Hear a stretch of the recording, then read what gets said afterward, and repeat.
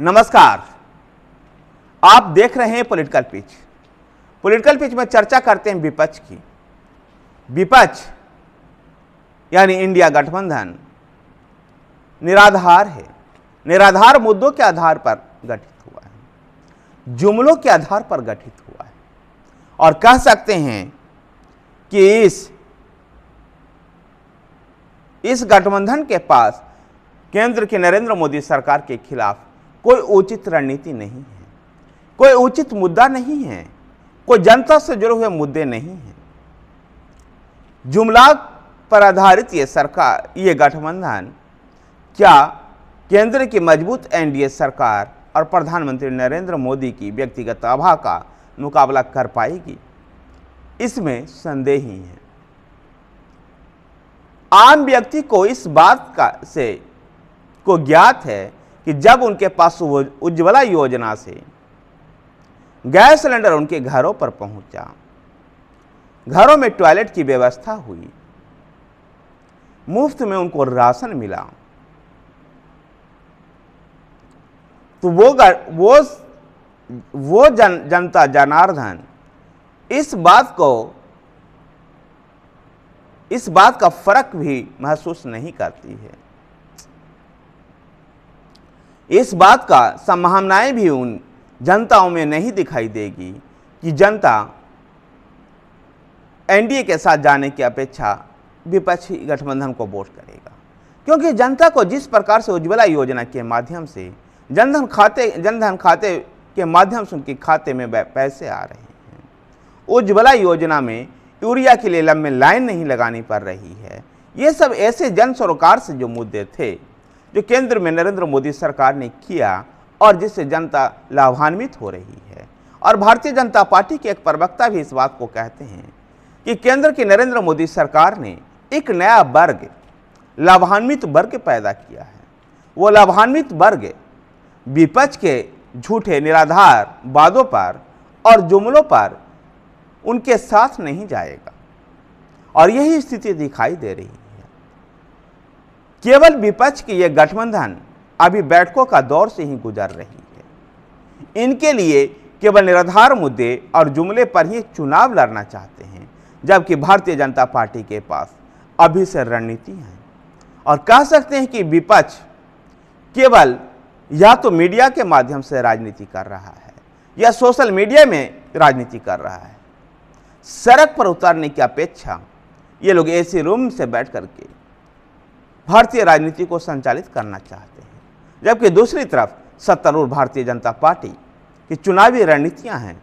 उनके नेता, उनके कार्यकर्ता सड़कों पर उतार रहे हैं, केंद्र सरकार की जन कल्याणकारी योजनाओं को जनता तक पहुंचा रहे हैं, जनता को समझाने की कोशिश कर रहे हैं कि किस प्रकार से नरेंद्र मोदी की सरकार ने जन सरोकार से जुड़े हुए काम किए और भारत का मान और सम्मान किस प्रकार से विदेशों में भी बढ़ा है।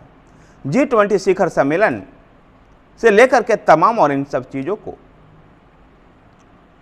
भारतीय जनता पार्टी लगातार प्रचार प्रसारित करने में लगी हुई है। इतिहास भी इस बात को गवाह रहा है कि जब देश ने एक महत्वपूर्ण उपलब्धियां हासिल की है, उस समय के सत्तारूढ़ दल को उसका चुनावी फायदा हुआ है। चाहे वो बात 1971 के भारत पाकिस्तान युद्ध का हो, जहां कांग्रेस का उसका फायदा मिला, या फिर 1998 का पोखरण परीक्षण की बात हो, जब अटल बिहारी वाजपेयी की सरकार 13 महीने में गिर गई, और फिर करगिल युद्ध के बाद जिस प्रकार से वही सरकार फिर से एक बार बहुमत में आई। ऐसे में कह सकते हैं कि इस देश में इतिहास रहा है कि जब देश ने एक महत्वपूर्ण उपलब्धियों को अर्जित किया है, देश की जनता सत्तारूढ़ पार्टियों के साथ जाती है। ऐसी ही स्थिति अभी दिखाई दे रही है।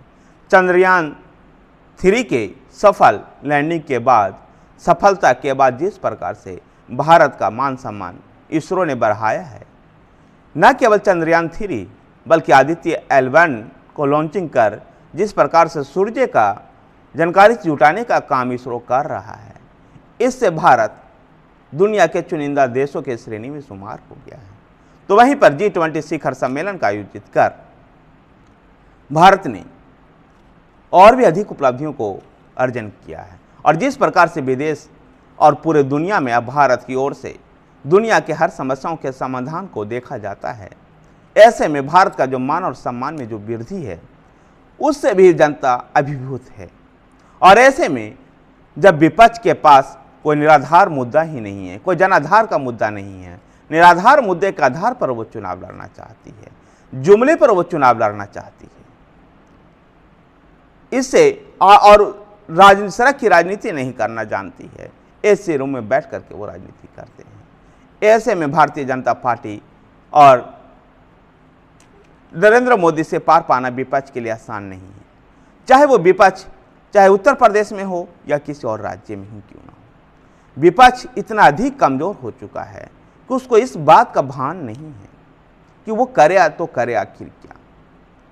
और अभी तक पटना, बेंगलुरु और मुंबई के बाद तीसरी बैठक के बाद भी सीट शेयरिंग का कोई फार्मूला उनके बीच में तय नहीं है। जहां वो मीटिंग में एकजुटता का प्रदर्शित करते हैं, एक साथ फोटो सेशन होता है, पत्रकार वार्ता होती है, लेकिन वही राज्यों में लौटते ही ये सभी पार्टियां आपस में लड़ते हुए भी नजर आती है। ऐसे में विपक्ष मुद्दा विहीन निराधार मुद्दों पर और जुमलों पर आधारित है, और ये विपक्ष जो इंडिया अलायंस के रूप में गठित हुआ है, ये भारतीय जनता पार्टी और एनडीए का मुकाबला नहीं कर सकती है। धन्यवाद साथियों। अगर आपको वीडियो पसंद आया है तो वीडियो को लाइक कीजिए, शेयर कीजिए। हमारे साथ बने रहने के लिए हमारे चैनल पॉलिटिकल पिच को सब्सक्राइब कीजिए। धन्यवाद।